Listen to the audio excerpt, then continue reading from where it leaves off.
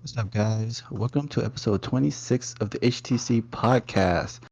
Uh, as always, we got our host here with us, Jeffrey and Ron. How you guys doing? What's up? Yep. He's gonna get right into the show, but before we do, gotta say thank you to Anchor for holding us down week after week. Yep. Gotcha. So, yeah, this week we're gonna be talking about some Halo delays, which is pretty big, and then we start off with some Netflix, I believe we're talking about. Netflix Yeah, well, Avatar, anime news. You guys want to start off with that?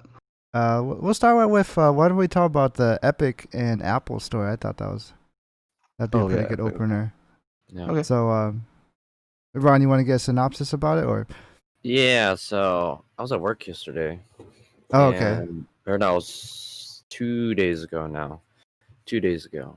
Mm-hmm. And all of a sudden, I'm checking Twitter on my break, and we see free Fortnite. I'm like, oh, okay, free Fortnite. maybe V-Bucks are free or something like that. Like, all right, cool. I click on it. Jeff Keighley tweets out it. And if you don't know, Jeff Keighley is the guy that basically is the spokesperson for the video game industry. He's a big figurehead. He's the host of the Game Awards and the creator of the Game Awards. He's the host and I guess co-producer, creator of the Summer Game Fest, which is all the stuff that's going on. Basically, we don't have an E3, so he's kind of putting together a showcase with all these stuff. But that's who he is in a nutshell. But he tweeted out, and I was like, oh, okay, cool. Check out what this is. And basically, Epic in game, they play a clip of 1984, or basically a passage from the book 1984 by George Orwell. Oh yeah, I remember reading that in English class.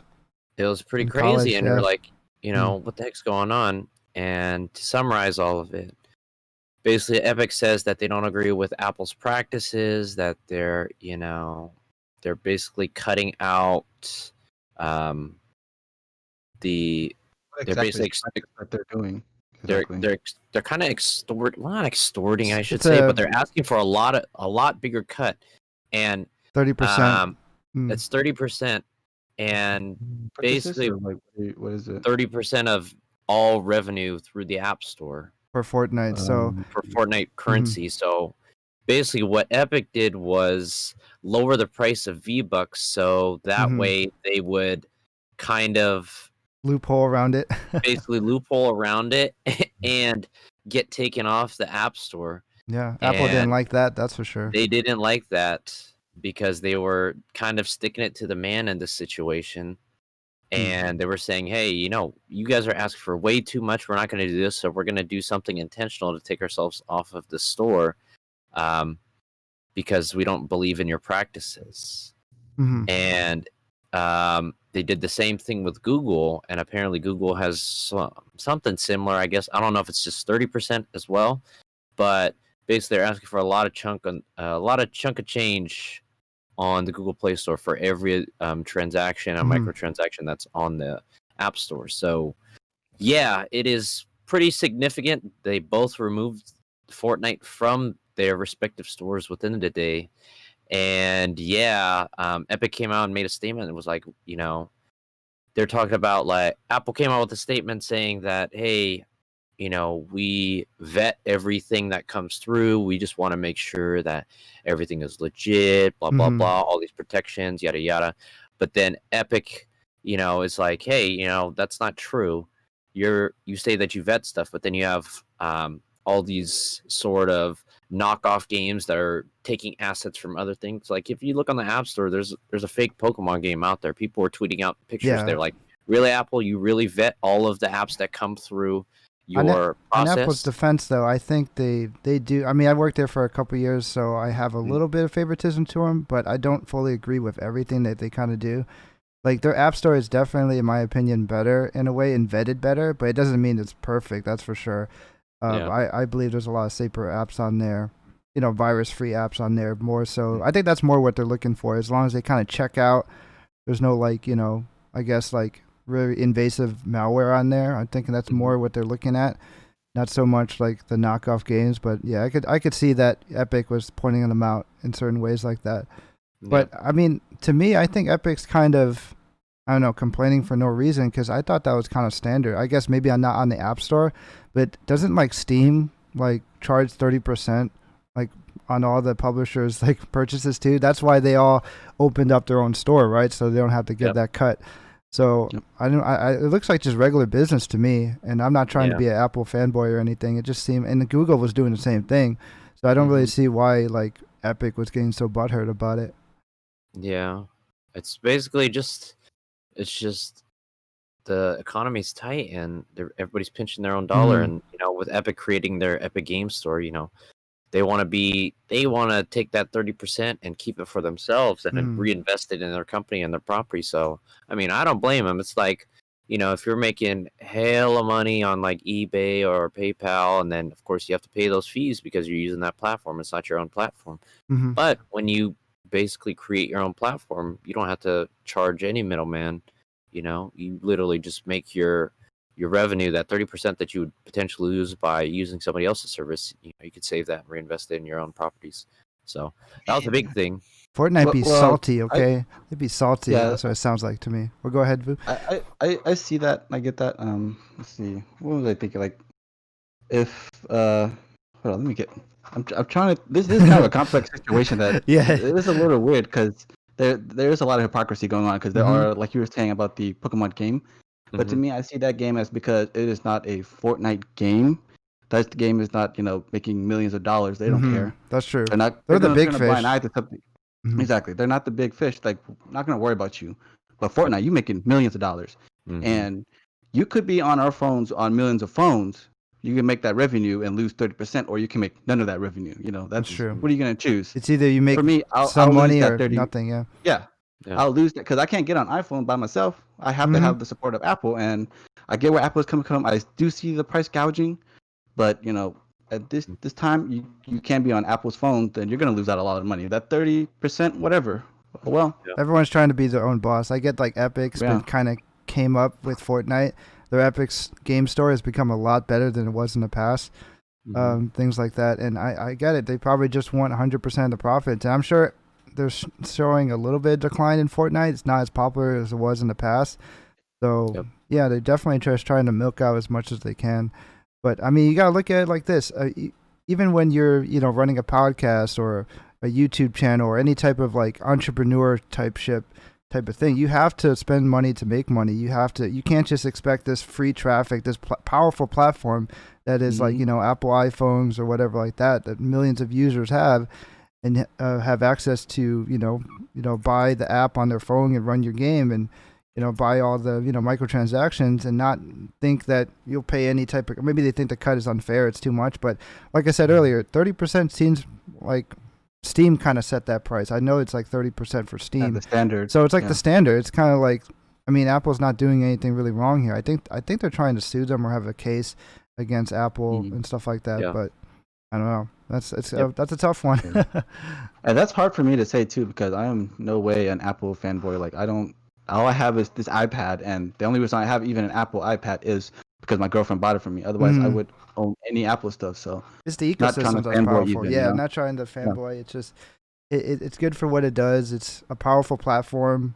A lot of people like it, and you kind of have to pay to play. To be honest, and it's kind of like weird that they're being so stingy because Epic Games, they make so much money from Fortnite. I guess Fortnite is kind of their money maker, and I don't know what other games they really make money off of. So I guess that's kind of like their lifeblood. I guess that's why they're taking it really seriously about the cuts. Who Epic? Yeah, Epic. Yeah. You have to remember they have the Unreal Engine. That's true, but like that's true. At the same time, how it's much like licensing does the Unreal 4 engine have in all these games? So they get a cut of all that stuff too. Are they being greedy then, per se? Then, if that's what I wanted to bring up. That's my question to you guys. People are saying, basically Epic coming out pulling Fortnite off the Google Play Store and the App Store because they don't agree with the Apple fees or in the App Store fees. Vu basically was talking about it earlier and mentioned it. Without technically all of these sort of phones, what platform do you have in the mobile industry? There's no Epic phone. There's no, LG, you're not partnered up with them. Huawei, you're not partnered up with them. Of course, those phones, they literally still run Android sort of based. They run sort of, there's a Google Play Store on there, but they run some sort of Android or iOS. That's the two biggest types of, I guess, mobile operating systems out there. So, without that, you take away a big chunk of your mobile player base. And Vu touched on it. You have to pay to play. So did you, Jeff. You have to pay to play. You literally, without these platforms, you don't really bring in that revenue that you're accounting for. So this is a ballsy move, I think, by Epic, because you may have started on a PC, but then you expanded to the mobile market. Now, do you think that you can sustain this growth that you have with just PC players? You take that mobile market share away. I think they're on everything too. They're on PS4 and Xbox and whatnot. That's the thing, though, because mobile is a big even part bigger. Of this. Way more bigger audience. Yeah. So you take all this stuff away. That's basically that's a big chunk of the pie, and you take this away. Do you think you can still sustain at the same level that you were before? But I guess my question is, people are kind of portraying this. Well, Epic is portraying this as a David versus Goliath kind of situation. They're trying to be the little guy. Yeah, they're saying that they're the little guy. No, they're not. Come on. So owned by Tencent. Multi-million-dollar probably exactly. company. You're playing a victim. Stop. Okay, so that's my question to you guys. The salty Fortnite not as popular anymore. Do you think Epic is in the right here? They have every right to try to fight it for sure if they feel like they're wronged, but at the same time, I haven't looked fully into it. I'm sure they have a case. They wouldn't really fight it if they didn't feel like they had one.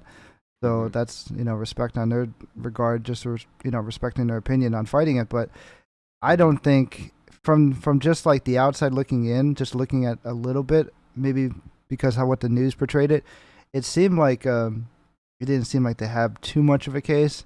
Unless they're looking at some type of, fraudulent type of, malpractice or something. I don't know, on Apple's side because of, taking them down and I guess something that's deep in the contract that you're not supposed to, perhaps. I don't know. It could have been easily Apple, taking them down because they're kind of butthurt about that, that move that they did as well. So I think I've heard the term, it's a trust thing. It's some sort of trust,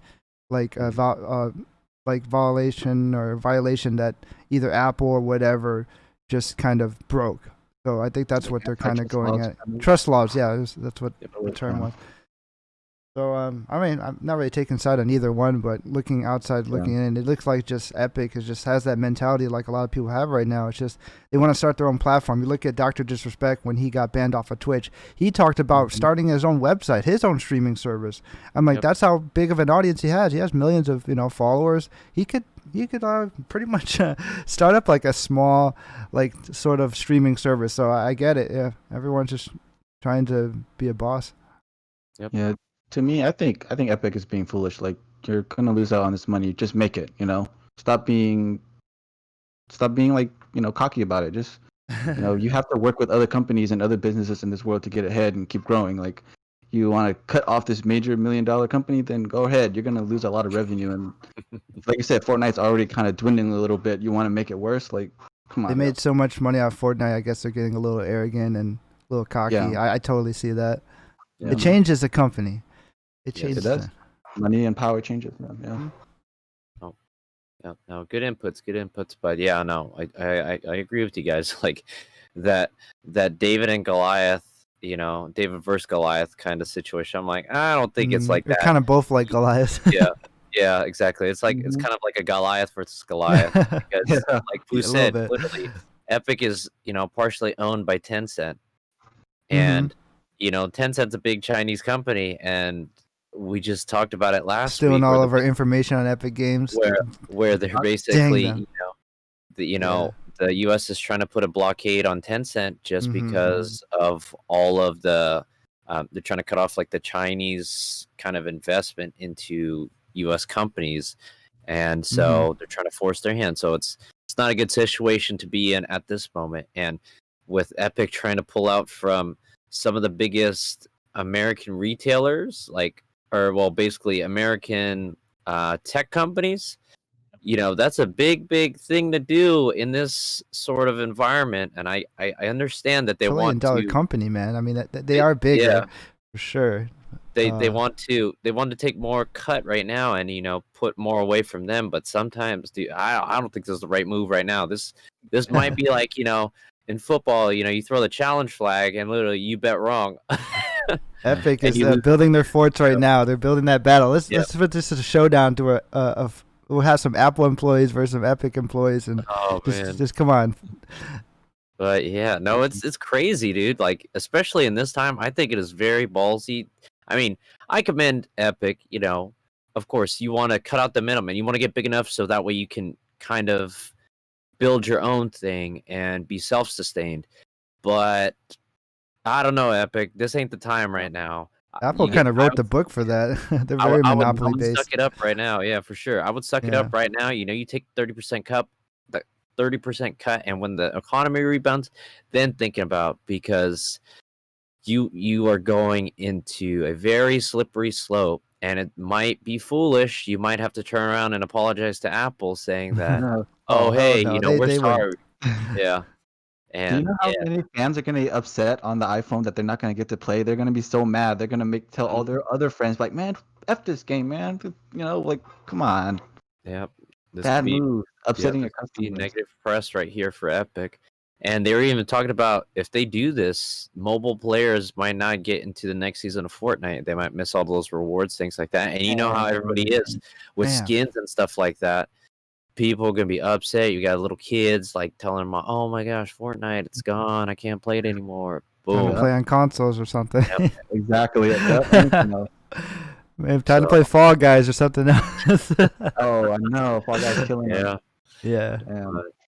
Jump on the next bandwagon game, Yeah, for sure. But no, it's crazy. It is crazy. We'll see how this pans out. Like you said, Jeff, they have opened a lawsuit against Apple. Mm-hmm. We'll see how far this case goes. Interesting to keep a look at. It might be settled off the record without no battle royale between Epic and Apple. This is another thing I want to talk about too. That's on mobile and Apple and stuff. That's I believe Microsoft and their Game Pass is not even allowed to be on their systems too. On iPhone. That is very I just remember that. Yeah, they don't want Game Pass. They don't want what is it? The xCloud. They don't want any of that. Exactly. Good that you brought that up, Vu, because it's a conflict of interest, and that's the trust laws, right? Because they have Apple Arcade, they want to start their own gaming type of. I mean, that's a lot of money in that market. And Apple, for rumors for years that they've been wanting to make some sort of game console. I mean, the closest thing is Apple TV. You can play your apps on Apple TV or whatnot, your games. Right. And they got Apple Arcade, which is $5-10 a month. And you have a bunch of app games that you could play. So they're trying to push their own gaming content. So I could totally see that they're being kind of anti-competition type of thing when Epic and everything are trying to swoop in, use that platform for gaming when Apple's trying to, get in that piece of the pie. Yeah. Right. And to me, I find what they're doing, honestly, at least on the Game Pass front, I find it super hypocritical, because it's not an in-game buy thing. It's a subscription thing. It's like Netflix, Yeah, true. And they're not, going against Netflix or Hulu or Disney or anybody trying to take a portion of their subscription. Once you have the app on your phone, you pay the subscription. It goes directly to the company, not to Apple. Why is it any different with Game Pass or xCloud? I see that. I don't know if if they get a cut from it, Netflix or Apple. I think they might have to still pay some sort of it, just because you have the fees with having your app on the App Store. They might still have to pay that 30% too. But in retrospect, if you have new users that are basically using your subscription, they pay $14.99, blah blah blah. From all the millions and millions of Netflix users, they might still have to pay Apple, because it is on their devices, so they might have to pay a chunk of change. But I get what you're saying. Right. You're talking about hey, it's a subscription in Netflix. You're not paying anything else. You're paying for Netflix. You're not paying for that. But yeah, I think I misspoke earlier. But when I was talking about Fortnite, but I basically that was the thing when they're vetting programs. I think that's actually the statement that Apple made towards the xCloud. They're like, hey, we vet all the apps that come through, blah, blah, blah, things like that. And they're kind of making a weird exception for xCloud. And like you guys said, there might be some sort of anti-competition clause that they've been working on where basically they're like, whoa. Hey, we want to capitalize on the Apple Arcade. We don't want anything else kind of or similar to this on our platform, because that will potentially kill our efforts. Apple's been very exactly that. I agree with that. Apple's been very anti-consumer, criticized for that. I mean, you look at all their proprietary, cables, lightning cables, things like that. They definitely excel at what they're good at when it comes to customer service and user experience and things like that. I should know when I worked there for a couple of years and been brainwashed on their products and the way they do business and stuff like that. But they're very analytical, very strict when it comes to their policies. They really won't back down. That's for sure. Like, I could totally see that, and they always change their procedures all the time. Within the company. So very anti-consumer. And that's why a lot of people don't like Apple. A lot of people they just go with Google, phones or Android phones and things like that. A little bit more of an open system. So I could totally. I'm not surprised that Apple did a move like that on Epic. They're pretty savage. Like, and even though they said that they vet their stuff, they do. And especially like what Vu said, if you're the big fish, yeah, they're not gonna give you any leeway just because you're Fortnite. Just because they are making a lot of money off you too with a 30% cut. But hey, it's business. That is true. That is very true. Yeah, that's my least favorite thing about Apple is all the proprietary products. You can't, buy Amazon basic stuff for cheap or anything like that. That's probably the most reason why I got off of Apple, because I like having my Android because you can customize it. You can do whatever you want. I don't know. Not to bash on Apple, but I'm a bash on them. Yep. That's why at least we have some choice. It's good to have consumer choice. Even I say that as I have a lot of Apple products. I'm stuck in jail with the ecosystem. But I know the outside is pretty nice too. Right. Outside the Apple garden, so to speak. Yeah. No, and that's the crazy part too. It's just like you said, Vu. With it being a closed system, you have a lot of control, which I can understand coming from Apple. They don't want anybody modding anything and degrading, and the reason that they have it is because they have a name to live up to. And Apple, they're always known for being reliable, not crashing, things like that.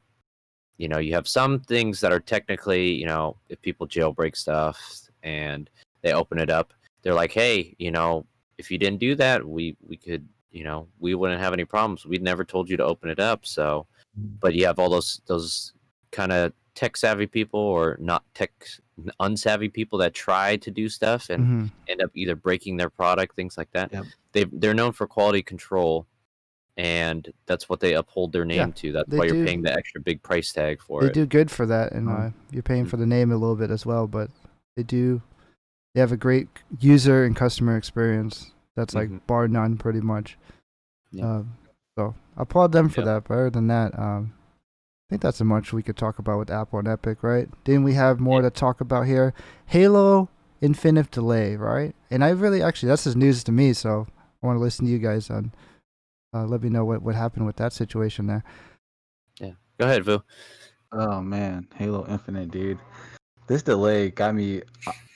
I feel like I would be embarrassed if I was Microsoft right now. Honestly, this is such a big egg to your freaking face. It is. Yeah. But we're not surprised. We're not surprised that this happened. Because we did complain about them at the very beginning. I remember. Yeah, like a couple podcast episodes about. Yeah, we're already complaining about the graphics, and if they having to pull back the reins and take the game back after we showed you in this big event, our main thing, and it just makes them look bad. Like, come on.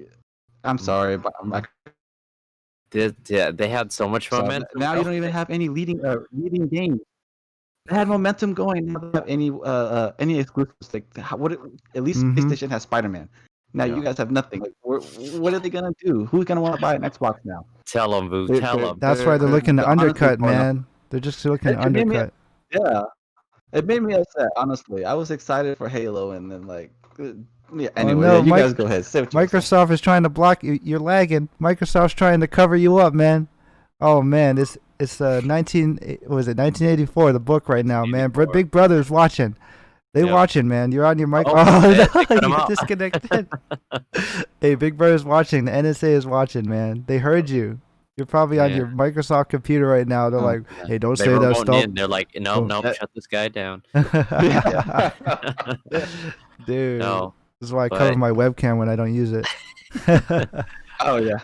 Man. But no, Boo, I am very, very frustrated. I think we share the same frustration in this.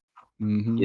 We were just talking about this a couple weeks ago about how they killed it with the subscription-based model for Game Pass. You have all these games that are fully accessible from the get-go.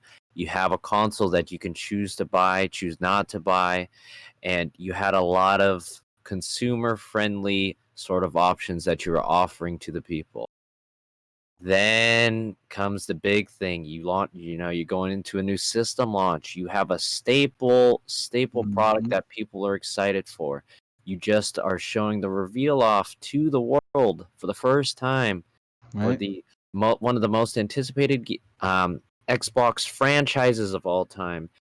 And 2.5, maybe 3 weeks later, you pull the rug back. It's like, yo, we got to work on this. We got to delay it. They saw that backlash, the graphics. It's just rough right now. Look like Xbox 360 graphics. Like people are complaining. Yeah, and it's just rough. It is really rough because you had the momentum going. That train was moving forward. It was pushing forward, and all of a sudden it came to a halt, and you got to stop it for a little bit. So the hype train has braked for a little bit. So stuck at the station for repairs. They're going to focus on, updating these graphics. Hopefully they'll show off something within the next coming months because they've said it's delayed till 2021 and that's indefinite. They haven't talked about any release window, and that is a big blow for the next generation for Xbox. And let's be real though. Who's playing Halo? Let's be real though. Who's playing Halo though? I don't know. Not anyone I know. What are you talking about, dude? Who's playing Halo? Jeff, you like anti whatever is popular? Like, nah, I don't know. No, I'm not anti. Yeah, I guess so. Man. Be like, oh, Halo, I've never heard of that. What are you talking about? There's a lot of people that play it, dude. There's a lot. Dude, the Master Chief Collection was like one of the top selling things on Steam when it came to PC. Because it came to PC, see? Yeah. PC, I can totally see that, yeah. Well, of course, but it doesn't mean it didn't sell well on Xbox. Oh, no. So, but there's been a lot of players, and it's just... Man, Microsoft. I'm hoping, dude. I'm still holding out hope for Xbox because this Game Pass better knock it out of the park with this Game Pass thing because I am looking forward to. I'm gonna pay the $15 to play, or well, whatever it is, $30 so I can play on PC and Xbox Series X if I get that. But for Steam, I think it's $15. So I'm excited to play. I'm excited to pay for that. Get all the first party games on my PC. I'm getting ready to build the new rig pretty soon. But this is definitely a big blow. Everybody's looking forward to Halo. But hey, if you take your time, who said it? I think it was Shigeru Miyamoto. A bad game is always a bad game, but a delayed game has a chance to be a good game. So, or I'm paraphrasing, but yeah, I remember. It's definitely not the end of the world. It's definitely a big blow to the launch lineup of the Xbox Series X. Kind of kills some of the momentum going. But hey. We'll see how it goes. Hopefully this will work out in the best. Going into it, they were already kind of struggling because people are like, why should I get the Xbox when it's coming to PC, blah, blah, blah. And they're like, oh, you don't have to. You can play on PC, whatever. That's true. Sell your subscription. So that's why I feel it is what it is. Go ahead. Xbox, if you are listening, nail the freaking Game Pass. Literally make up for this Halo stuff. I know it's going to be hard, but you need to nail this off the get-go. You cannot delay any of this launch. You can't delay it on PC. You can't delay it on Xbox Series X. You can't have any sort of delays. You need to hit this out of the park. People are going to start, shying away. They're going to transition over to Sony PlayStation 5, Nintendo Switch, whatever it is. You need to make sure that you nail this basically in the coffin and get this done because you can't afford any more mistakes. I don't think so. Yeah. Oh, they can. They got too much money. They got the money. This is all pet project. This is all pet project to them. you're gonna hurt your fans, and people gonna get tired of being burned. Yeah, exactly. And did you see their like excuses and reasoning for why they're delaying it? They're all saying like, "Oh, we're worried about COVID and this and that," and it's just these silly excuses. Like the game is obviously be honest. Yeah, Let's no, be they honest. didn't want to be honest about Of it. course, And the game is obviously done. It's Why rushed. not just say, "Okay, we didn't meet your standards. We're gonna redo it." Like just say that instead of making these faulty lies. Like people are gonna see right through you, and it's gonna make it seem even worse now. Or delay, lying about things. Like, come on. Let's just look at it like this. Why can't they give us $30 million to just talk about the game all the time and then cancel us like they did the Ninja and Mixer? Like they got so much money just to play around, dude. It's like everything is just like a tax write-off to them or whatever. Like these other divisions that they have that make like peanuts of money for them. You know, they have all this other money in other avenues, but I'm not too worried. Microsoft will be fine. I think they made the right decision delaying it to, please the fans at the end of the day, for sure. But because it is their baby. It's their baby. It's like their only exclusive. Before the reveal, though, if they wanted to keep a better grace with their fan base. That's true. They definitely rushed it to try to keep up with having some sort of news because Sony's killing them with, their exclusives. Even though a lot of them are remakes and things like that or old franchises. Yeah, that new Spider-Man game is the best looking one right now. Yep. Yeah. So, we'll see. We'll see. Definitely, I think it was handled improperly. Like you said, Vu, just be honest. Just say, hey, you guys hated the trailer. All right, cool. We're going to go back. It's going to take more time. We want to make it, up to your standard. Next time we show it off, we'll hopefully show something off to your standards. That's perfect PR. Perfect PR right there. Quick, simple, honest, to the point. Don't have to make any excuses, blah, blah, blah. You're pissing off people, but I think they'll be understandable because you're taking the user feedback that you've seen and you're listening to the fans. That's what Xbox has been doing very well. You've been listening to the fans. You got to keep that, that ideal going into your launch against the new PlayStation 5 because you've been listening to fans. You're very consumer friendly. Keep doing that. You're doing well on that. Keep doing it well, please. But yeah, and Microsoft hit us up with the contract too, Yeah, that Microsoft money. Hey, 1, 2, 3, we could $10 million each person. Come on, yeah, exactly. That's you don't need to give us $30 million each like a Ninja. Bro, I'll take Shroud's contract, whatever is all good. Well, we could divide $10 million between 3 too. I'm fine with that. If you want to come up, we'll take $3 million each. That's fine with us. Microsoft, man, it's like a meme that they invest like money into stuff and they just cancel it. Like that just goes to show you that's a boss move right there. Like that's the same thing with Google. They do that all the time. Yeah, it's like you have too much money. They're like so bored. Like, you know what? Let's try to find the next best thing. Let's keep investing in these things like streaming. Oh, that looks hot. Yeah. That might be big in the future. Exactly. When they did Zune, the iPad's so popular. I mean, iPod at the time was so popular. Let's make a music player too. And like, there were good products in their own way, but it's just, I don't know, it just doesn't work out. I guess Microsoft doesn't have that cool branding like so much, like kind of like an Apple and stuff like that. Apple is more hip. Apple's more hip. Yeah. And Twitch is more about gaming and things like that, and have a much bigger user base. Yep. I feel like when you think of the word PC, you think of like the old grandpa behind the old freaking LCD screen, So that's so true. Compared, when you see an Apple commercial, people are chilling, dancing, Exactly. Well, you remember that Apple commercial when they did the virus thing about Apple and PC, and they made the PC guy look like a super nerd, and they made the Apple guy look all like a hipster. So that's so true. That is the brand image for sure at work. Yeah. So. Smart branding. It is what it is, but unfortunately, Mixer didn't work out, and they've got money to play with. So I mean, hey, more power to you, I guess. You piss off the Mixer fan base, but we'll see. Yeah. But speaking of pissing off fan bases and just canceling stuff, I see where let's transition into the Avatar stuff that we talked about on the top of the hour. I'm too passionate about this one. Go ahead. Yeah. So. We'll let you lead it off, Jeff. Let's let you talk about this one. So it's pretty new news, right? It's just the last couple of days. So from what I've researched about it, Avatar is if you didn't know of Avatar, it's originally a Nickelodeon show, cartoon or anime show, some people might call it.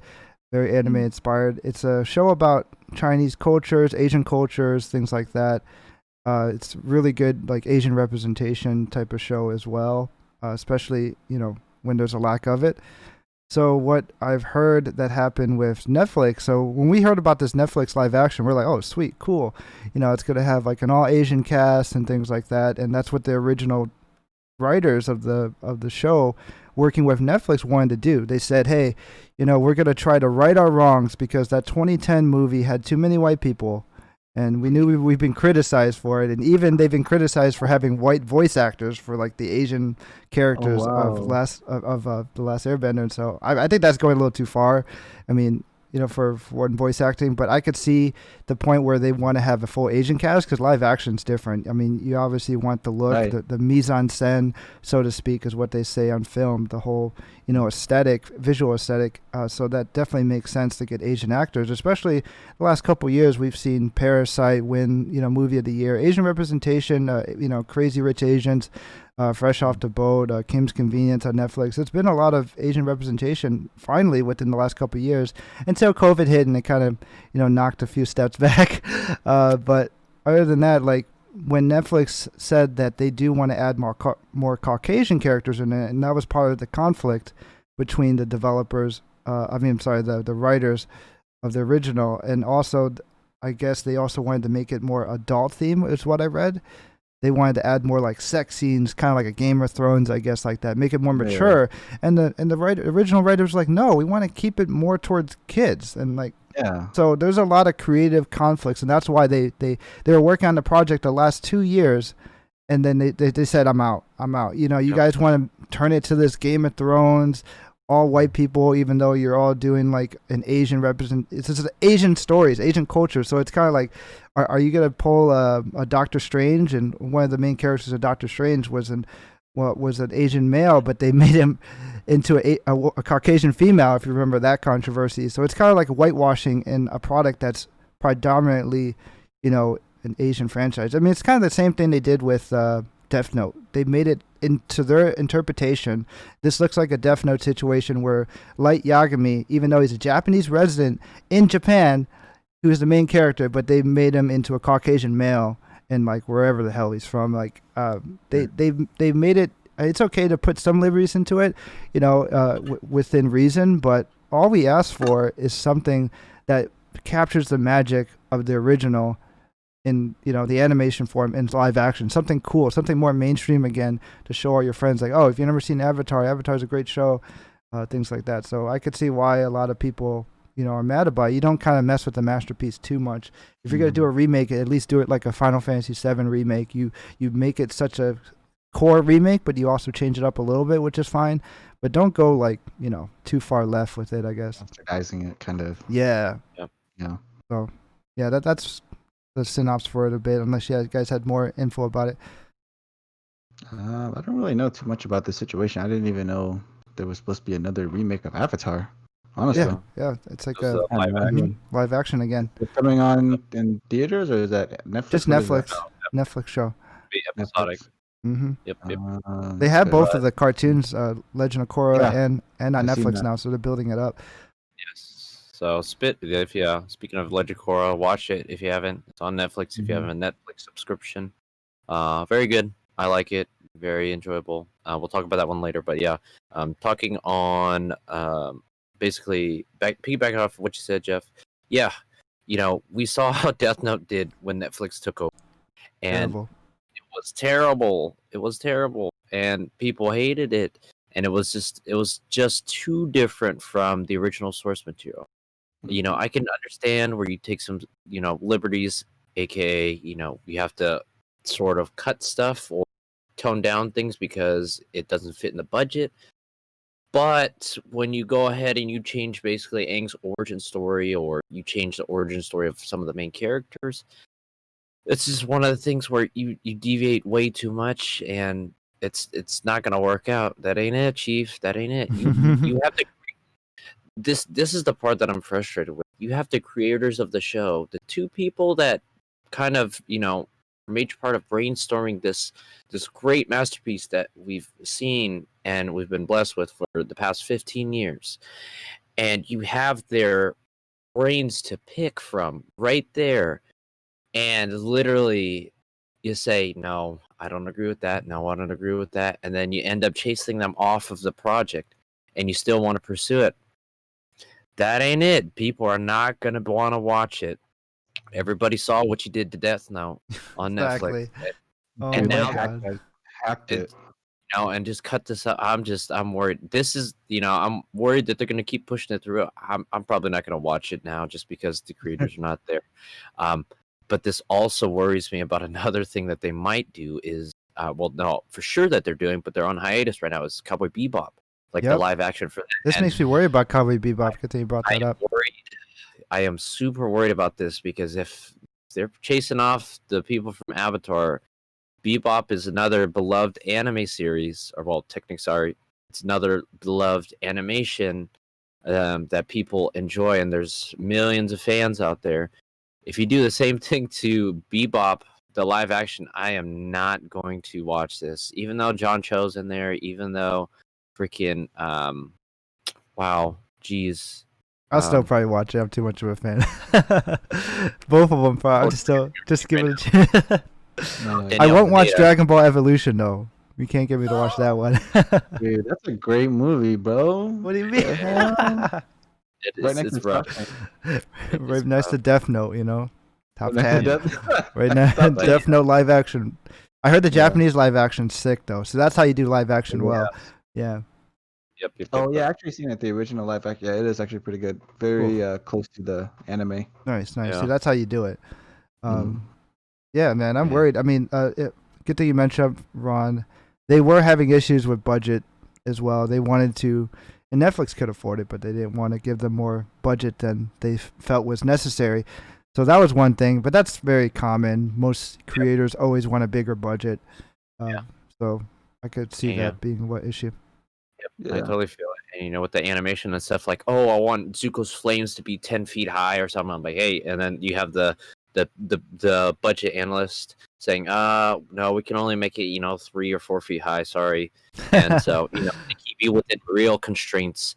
And those are the realists that basically keep you in line. Be like, no, we only can afford this. And okay, cool. What can we do with this? But it's just rough. It's rough. I was really looking forward to this, but it's one of those things where not it's as hype for it, anymore. And so, fingers crossed. Hopefully, they learn their lesson and basically keep the Bebop sequel to the original source material. Don't change too much stuff. Let the creator and the producers basically take from that and let them run with it, and not worry about the budget afterwards, but have that not as sort of the thing that kind of holds you back. Of course, as you're moving along the project, you want to make sure that you're within a reasonable budget constraint, but don't kind of lead off with that and be like, hey, you have $10 million, this is all you're gonna get, blah blah blah. It's all about money. I hate when the money aspect, they're being cheap on the development because they want to make their profits. They want to add Caucasian actors because we have a lot of history that Caucasian leads do make more money for movies because of the general population is Caucasian that do, I guess, consume that content. But you gotta look at like the creative aspect. People are not dumb too. Like, doesn't it break immersion if you have too many Caucasian actors? And predominantly in the cartoon, there's no Caucasian people in there. It's all Asian cultures. So it doesn't make any sense. Like, and that's like totally a social justice thing where a lot of people will. In an era right now where we have Black Lives Matter, you really want to, inject a lot of, race in it, I guess. I don't know. It's tough. It's like saying, let's why don't we hire a Asian person as like George Washington? Let's let him play as Lincoln. Let's let him play as Lincoln in a movie. Like, obviously that wouldn't really work because they're Caucasian, but it's just really like scary that there's so much about profits that they don't care about the authenticity or the creativity of the show. Yeah, and they're basically, the creativity is kind of like taking the backseat to the sort of kind of thing. Yep. Yeah, without without the authenticity, which is really true, and it's kind of ironic that this is happening to Netflix, because Netflix has like so many Very inclusive. Usually, all their shows. anime. Yeah, well, that too, but they have a lot of original Netflix animes that are really really good. Yeah. And people really enjoy them. So it's ironic to me that they have all these good Yeah. animes that people like, and they can't transition it over into a live action properly. Like it just Because they didn't actually make those. Well, I know, but it's still like they have the direct connection to the people that are making they have these the animes, connections. and so where is that line of communication being misled there? Exactly. I feel it. Blame Like, COVID. They'll blame COVID.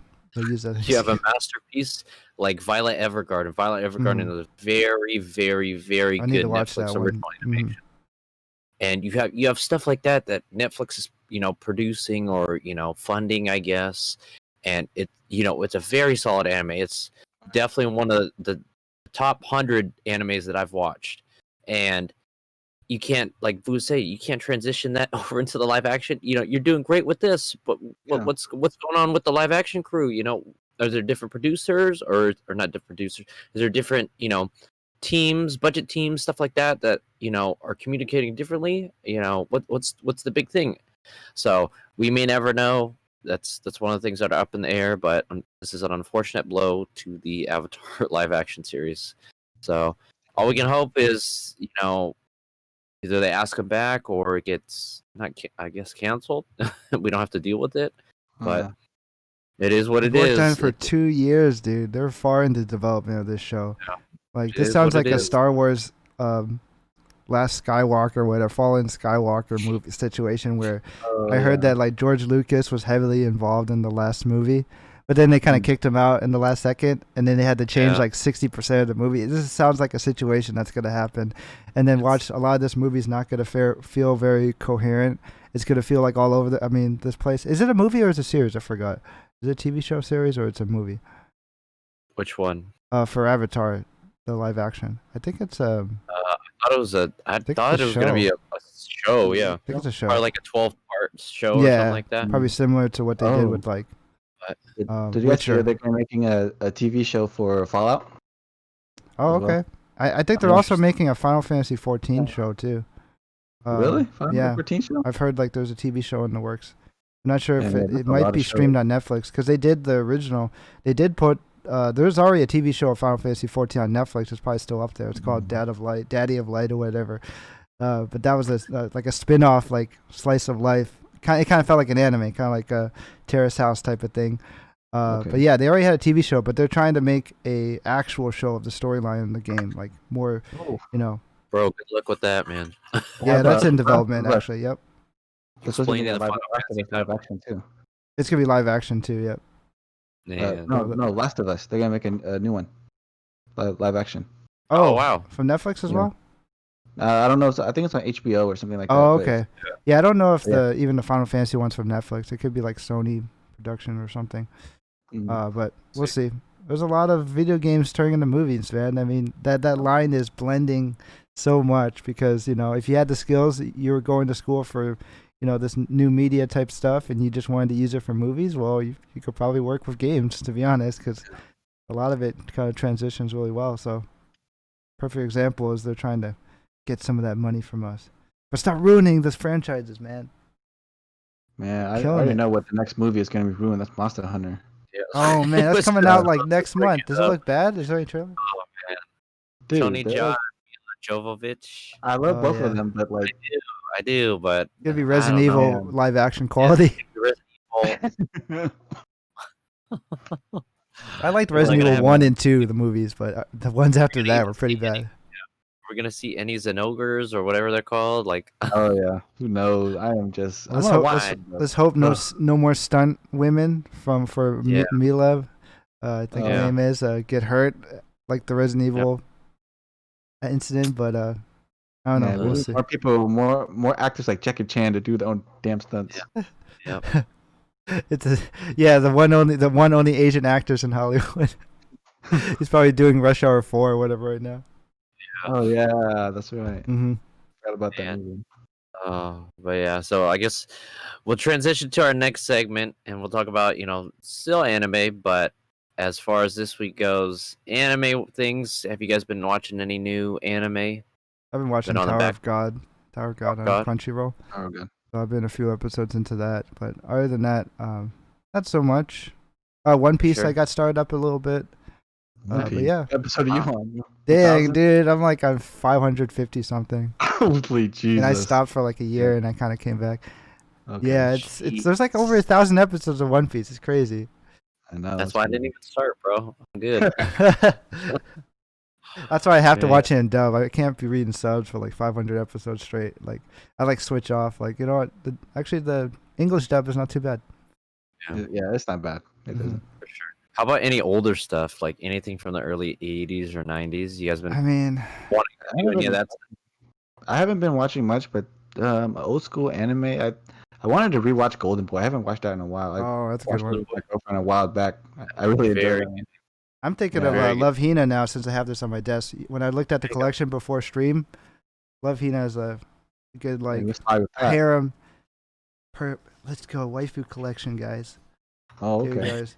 You got What all is the this about? movies. Have you seen Love Hina? I don't think so. Oh, it's literally from what I remember, it's a dude that transfers in like this dorm. It's like all girls dorm. It's like pretty simple story, and then like it's kind of like a romance between all the girls kind of like fall for him, but he has to like Main choose like character one of them. versus Yeah, the other 100. yeah, it's I a love classic harem. It's like it's literally kind of one of the, very one of those series that kind of made harems popular, I guess. Okay. Yeah, but Jeff, what else you got on your desk? I see something shiny over there. Oh yeah. Oh, Neon Evangelion. Nah, this is Okay, not the oh. Netflix dub. This is the Oh. original dub. Original dub on original DVD Nice. with Asuka Langley Shoryu Yep, So are Oscar you. Ooh, right Langley here. or Ray And- Ayanami. Anami. Yeah, Yep. that's good. That's a nice Yeah. pack. Yeah, it's Yeah, nice. that's the stuff with the good dub. Apparently, it's so the like re- worth some money on eBay. You were telling me, Ron. Yeah, it's like $200 for that. Oh, But I got it for like yeah. 80, I think, brand new. hey, Nice. man, if we can only go back in time. Yeah. But speaking of that, the reason I ask you is because I wanted to bring up some big news in the anime industry. So that's the closure of some of the biggest freaking pirate sites for anime. Oh yeah, forgot about this one. Kiss Anime. And Rest the in reason peace, F in chat. F's in the chat. So the reason I bring it up is because Kiss Anime was a very big pirate site for watching anime illegally. And the reason I ask about older stuff is because Kiss Anime had a lot of access to the older stuff that isn't available on Crunchyroll, Funimation, things like that. And so some of these countries that basically, Crunchyroll or Funimation is limited and it's got a limited selection of anime, can't really watch any of the older stuff that you might have watched growing up. But it's Kiss Anime was kind of that provider for the old stuff, like the original dub of Neon Genesis Evangelion. That's actually, I watched on there. I went back and watched that on there because it had the original dub. I didn't care for the Netflix dub. Yeah, I heard bad things about the Netflix one. I guess people were just but- nostalgic about the old dub. And like we were talking about before the podcast, that set that you have right there, Jeff, it's $200. Mhm. And at the time, I didn't have $200 to basically go out and shell out for that whole DVD set. Mhm. And the only other way was, unfortunately, watching it not officially on Netflix, Crunchyroll, on Funimation. Yeah. And that's a big blow to the anime community. Some people are for it, some people are against it, and of course, I'm always about supporting the creators and definitely supporting the industry. But when you take away some of the stuff that's not licensed anymore, it's hard to, and you don't basically re-release the DVDs or Blu-rays, and you make it kind of hard for the consumer to get it. People are going to look at alternative ways to watch the original animation and the original voice acting somewhere if they can't get access to it. And if a lot of people, the same situation as me, didn't have $200 something to pay for that Yeah, DVD it's a box set, lot. they're going to look for something else that's cheaper, and Kiss Anime was that alternative. Mhm. And so I just wanted to bring up that topic, and what are your guys' thoughts on this? Did you guys use Kiss Anime in the past? Not to narc on you guys, but I mean, hey, you don't have to say anything. But I used it in the past. Go ahead, Ron.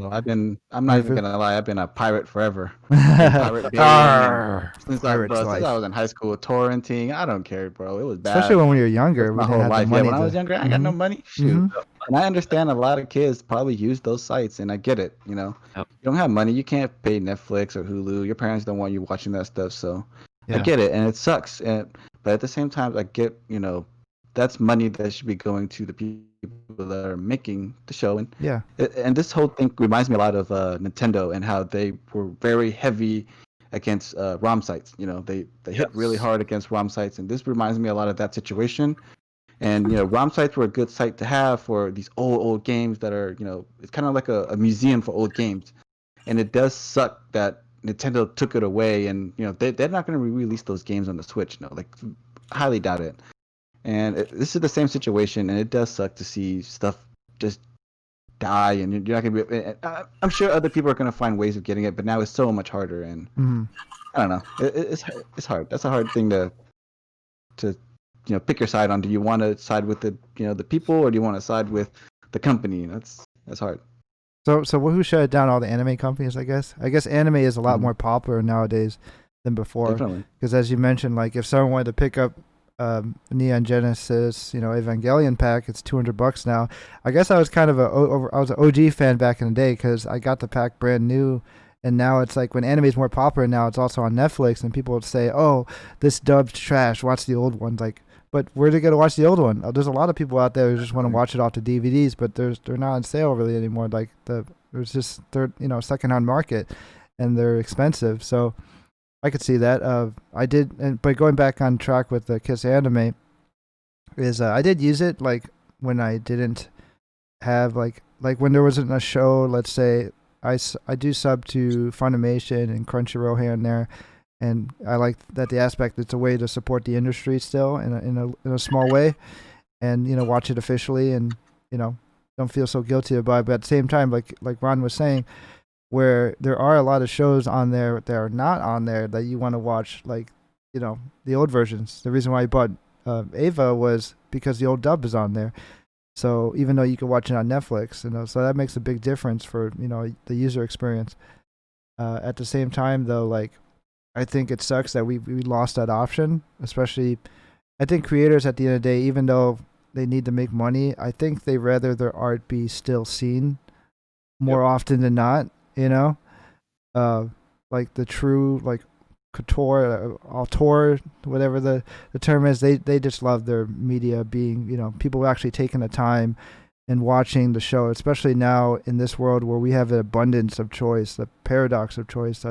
I've been loving that concept now because we have so many choices that we don't even know what show to watch. We don't even know what you want to eat today, or what game you want to play, what anime you want to watch, or what girl or guy you want to date. Like, come on, there's too many choices. And ultimately, they makes a guy today or a girl today. Like you gotta guy or a girl. That's what I bet.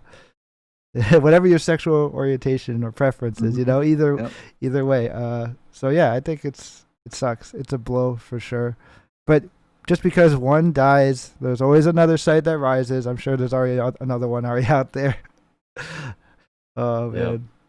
But yeah. No, definitely. No, solid points for you guys for sure.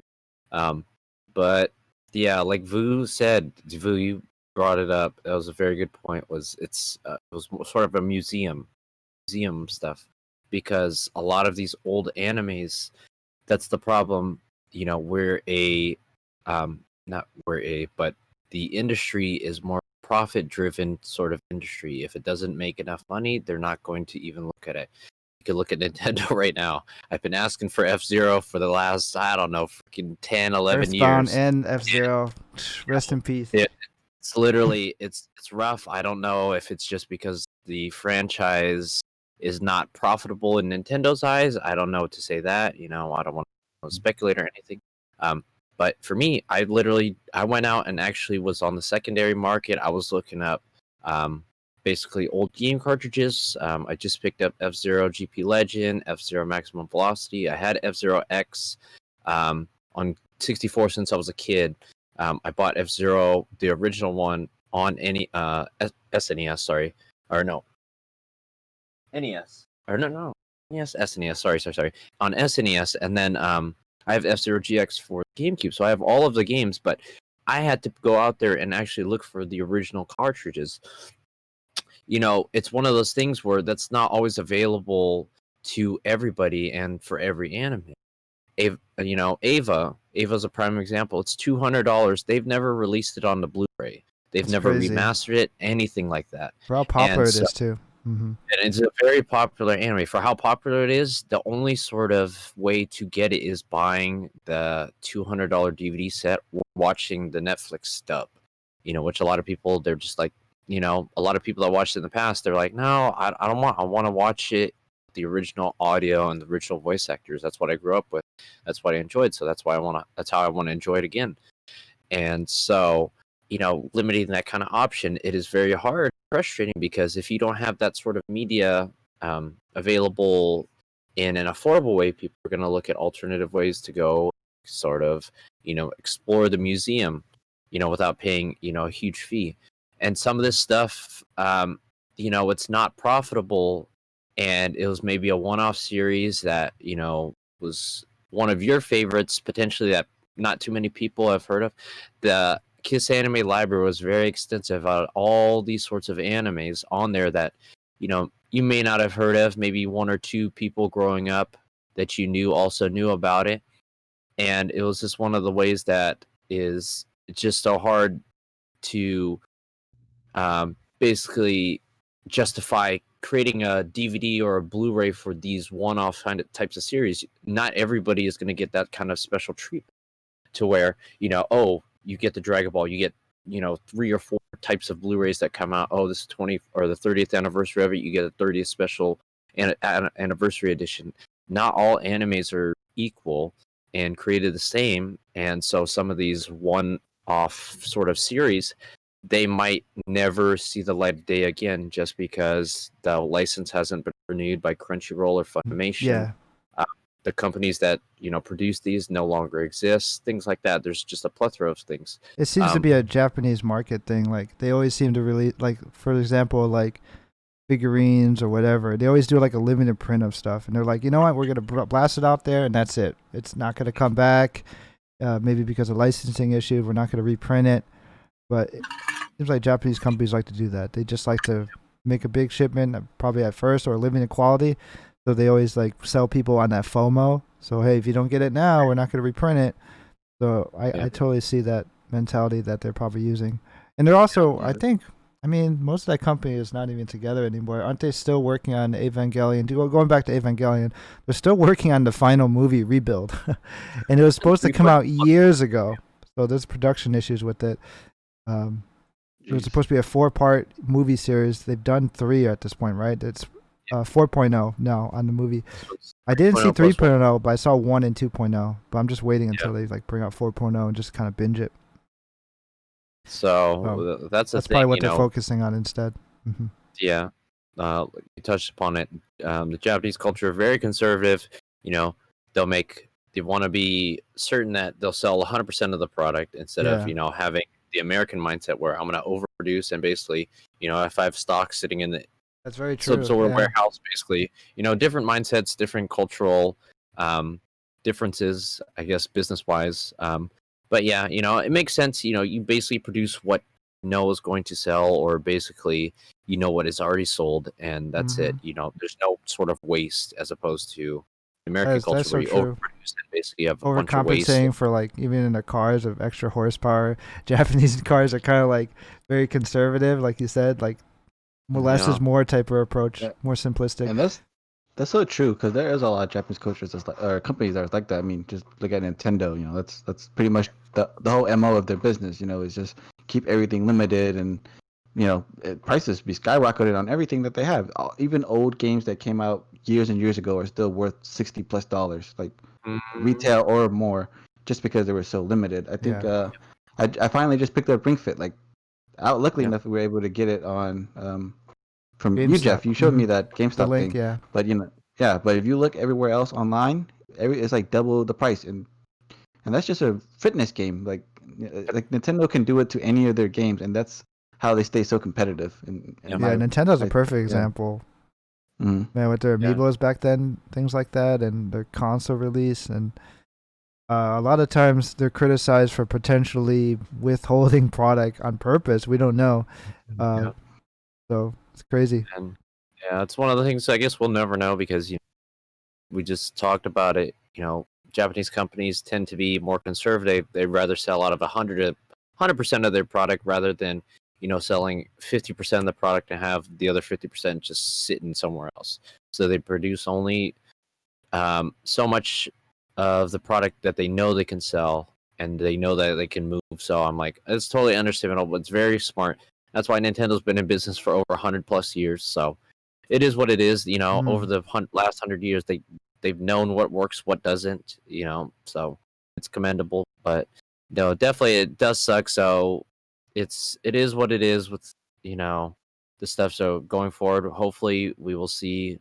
I don't want to say just to take away some of the stuff from the creators, but hopefully we'll see some of that old catalog of anime get basically what's the word, I guess, indexed in another website, I guess, legal or illegal. Hopefully it's legal, so that way everybody can get their money and the creators can get their money, but illegal so it can potentially give access to people that may not be able to afford it.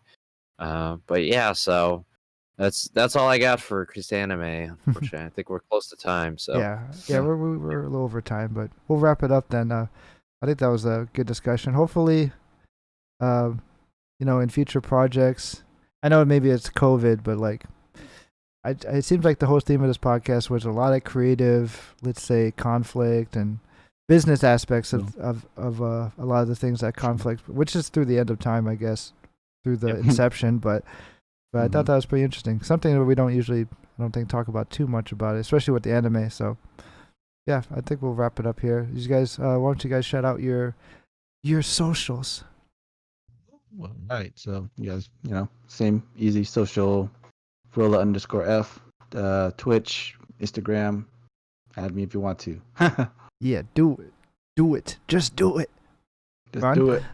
Yep. And as for me, you can find me here at Ron Kauanoe. Like always, you can always catch the last week's episode on YouTube, the video portion of our podcast on YouTube. We'll upload it every week or so. So we probably I've been doing it every Wednesday so far. So like a couple days after you watch it, if you watch it live or things like that. But if you want to catch us first, you either catch us live on Twitch or it'll be first up on the podcast platforms, and that's where you can actually support us more because it's monetized there. So definitely share it and give it a 5-star review on Apple Podcasts, things like that.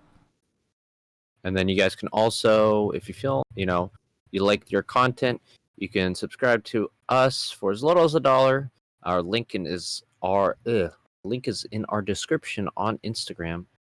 So you just follow that, and we have links to everything else. And you can subscribe for as little as 99 cents a month if you like what you hear.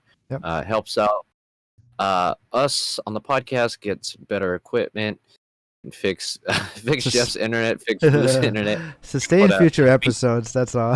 We get too much. Put that VPN on Vu's internet, so that way Microsoft can stop cutting him out. But yeah, and then as always, you can catch the podcast on Apple Podcasts, Google Podcasts, and Spotify. We always post the link just in case you missed it. If you want to hear listen to us in the car and stuff like that. Yep, for sure. Things like that. We always post on our Instagram first, so definitely check us out there. Check us out for sure. And then for my socials, you could find me at 350Z Time on Twitter, YouTube, and Twitch especially. I've been streaming a lot of Final Fantasy 11, so a lot of gaming over there if you want to just stop by and say hi. Other than that, I'm good. Yeah. Right. Awesome. Peace out. Thank you all for watching. We'll be live again next Sunday, so thank you to all who have tuned in. Until next time, take care of yourselves, wear your masks, and as always, peace. Wear your mask. Peace out. Yeah.